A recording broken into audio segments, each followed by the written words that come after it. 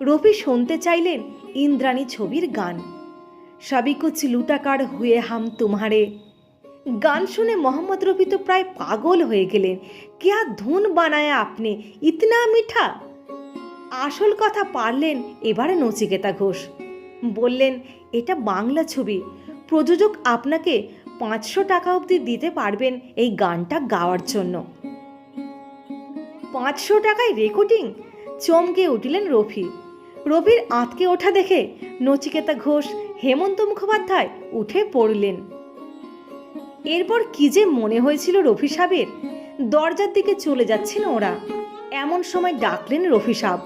বললেন, ছাড়ুন ছাড়ুন, ওসব কথা ছাড়ুন, আপনার জন্য এই গানটা আমি বিনা পয়সায় গেয়ে দেব। ভালো সুরের গানের জন্য গানটাই আসল, পরে পারিশ্রমিক। এই হলেন রফি। রচিত হলো